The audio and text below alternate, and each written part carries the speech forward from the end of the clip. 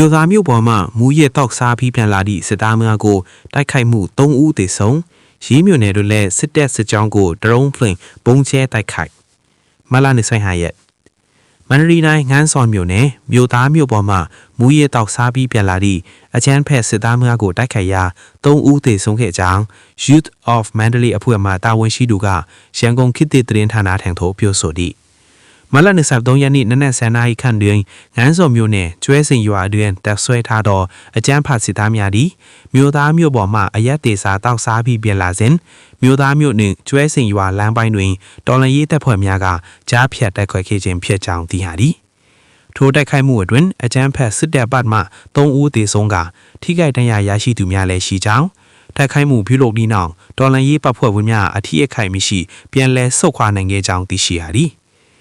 စစ်ခွေးထက်တိုးသေဆုံးတာမျိုးတော့မရှိဘူး။တရားတော့တော်တော်များများရသည်။လက်နက်ခဲယမ်းတွေတင်းစီရမိတာမျိုးကျွန်တော်ဘက်ကအချိန်မရတော့လို့မရခဲ့ပါဘူး။စစ်ခွေးအင်အား7ကောင်ပါ။ဖြစ်တဲ့ချိန်မှာပဲအနောက်ကခွေးချောင်းကထိုးလာလို့အောင်မြင်စွာဆုတ်ခွာခဲ့ပါသည်။ကျွန်တော်တို့ဘက်ကတော့အထီးအခိုင်မရှိပါဘူး။ဟု Youth of Mandalay အဖွဲ့မှတာဝန်ရှိသူကပြောဆိုသည်။အဆိုပါတိုက်ခိုက်မှုကိုမန္တလေးလူငယ်စစ်ကြောင်းနဲ့အတူ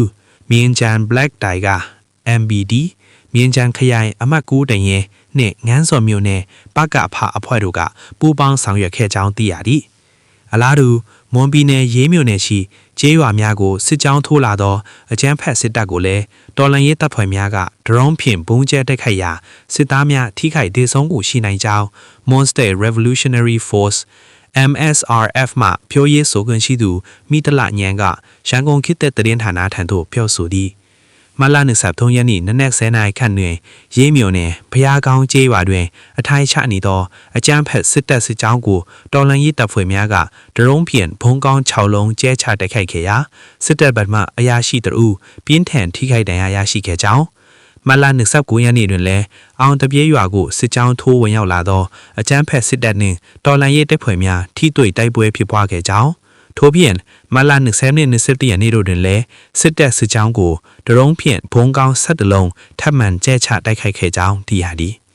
ထိုတိုက်ခိုက်မှုများအတွေ့အကြမ်းဖက်စစ်တပ်ဘက်မှထိတေဆုံးမှုရှိတော့လဲအရေးအတွက်ကိုအတီးပြုနိုင်ခြင်းမရှိသေးကြောင်းတိုက်ခိုက်မှုပြုလုပ်ပြီးနောက်တော်လှန်ရေးရဲဘော်များအထီးအခိုက်မရှိပြန်လည်ဆုတ်ခွာနိုင်ခဲ့ကြောင်းသိရှိရသည်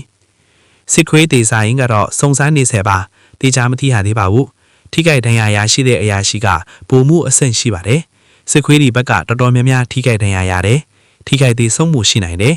ပြည်သူများဒီအနေနဲ့စစ်ခွေးစစ်ကြောင်းရဲ့သတင်းကိုနားဆွင့်ပြီးသတိနဲ့တွာလာလှုပ်ရှားနေထိုင်ကြဖို့တိုက်တွန်းချင်ပါတယ်ဟု Monster Revolutionary Force MSRF မှပြောရေးဆိုခွင့်ရှိသူမိဒလညံကပြောဆိုသည်အဆိုပါတိုက်ခိုက်မှုများကိုမွန်ပြည်တော်လှန်ရေးတပ် MSRF ရေးပြည်သူကာကွယ်ရေးတပ်ရေး PDF ရာမညမွန်တက်တော် RMA 9000တရင်တရင် KNLA တပ်ရင်း20ခွန်တက်ခွဲตึกနှင့်ရေးပြောက်ကြားတပ်ရင်းအမှတ်8ထောင်တရင်ချေမွန်းကြီးတက်ခွဲတို့ပူးပေါင်းဆောင်ရွက်ခဲ့ခြင်းဖြစ်တယ်လို့သိရသည်မွန်တနန်တီညီနောင်တရုံးတပ်ပေါင်းစုတွင်ညီနောင်တက်ခွဲဖြစ်သောမွန်ပြည် Federal Council MSFC ကာကွယ်ရေးဌာနကွက်ခံမှုအောက်တွင်မွန်ပြည်တော်လှန်ရေးတပ် MSRF နှင့်နပြုပြ33ကွက်ကန်မှုအောက်တွင်ကန်ပေါက်ပြည်သူကာကွယ်ရေးတပ်ရင်းအမှတ်8ထောင်နှစ်တပ်ရင်း KBDF နှင့်ရေးပြောက်ကြတပ်ရင်းအမှတ်8ထောင်တပ်ရင်း YGF တို့မှဒရုန်းတက်ခွဲများဖြင့်စုဖွဲ့ထားကြောင်းသိရသည်